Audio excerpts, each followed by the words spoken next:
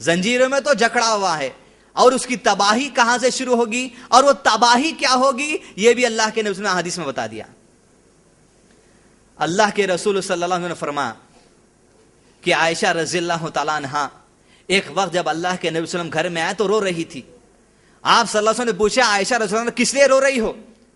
عائشہ رضی اللہ عنہ نے فرمایا اللہ کے نبی صلی اللہ علیہ وسلم مجھے دجال کا یاد آ گئی اور خوف ہونے لگا اللہ کے نبی صلی اللہ علیہ وسلم اس کی دہشت سے، اس لیے میرے آنکھوں سے آنسو روانہ ہو گئے۔ آپ صلی اللہ علیہ وسلم نے فرمایا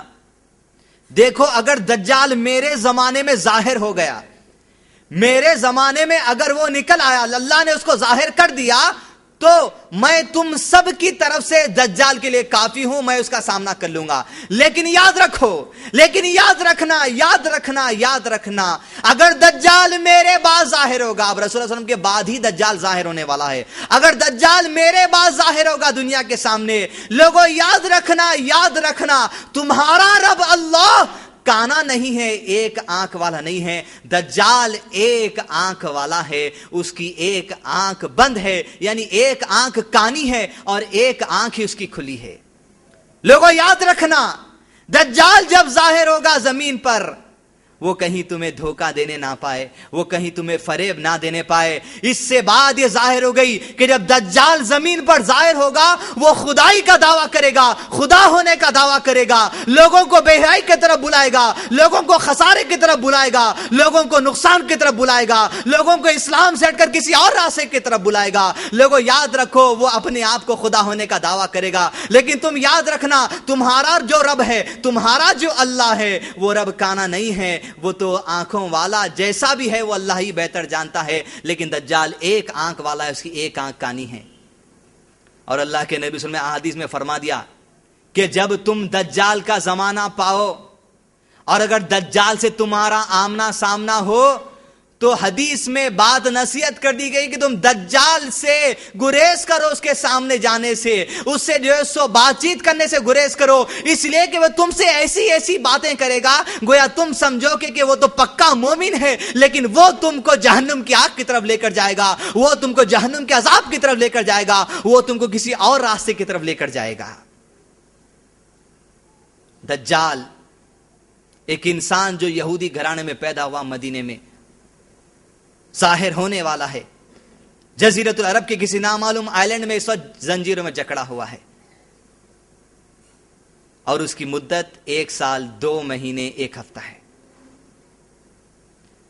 جب دجال کا یہ سلسلہ آئے گا، یہ اتنا ڈیوریشن ٹائم آئے گا، اسی ڈیوریشن ٹائم میں اللہ سبحانہ و تعالیٰ عیسیٰ علیہ السلام کا نزول کریں گے، اور عیسیٰ علیہ السلام جب زمین پر نازل ہوں گے،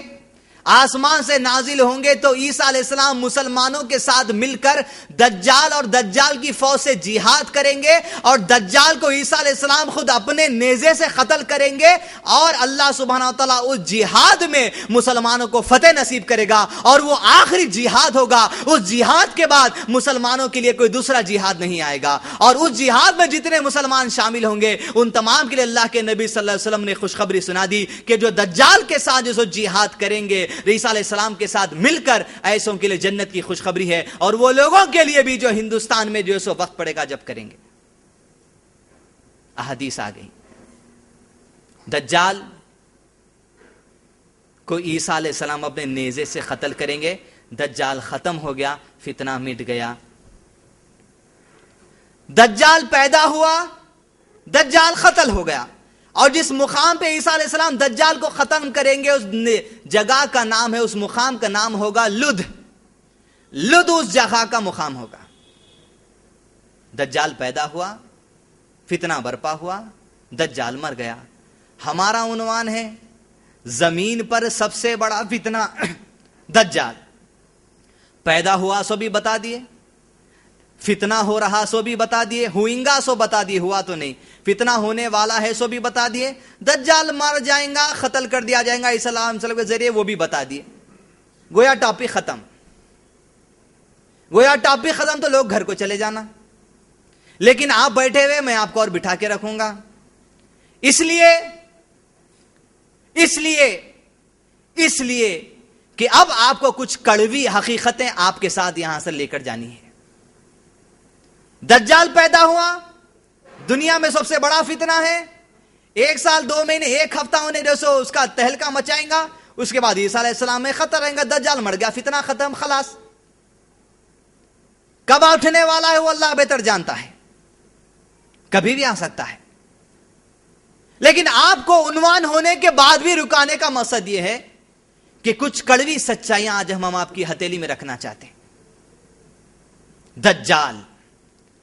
زمین کا سب سے بڑا فتنہ دجال۔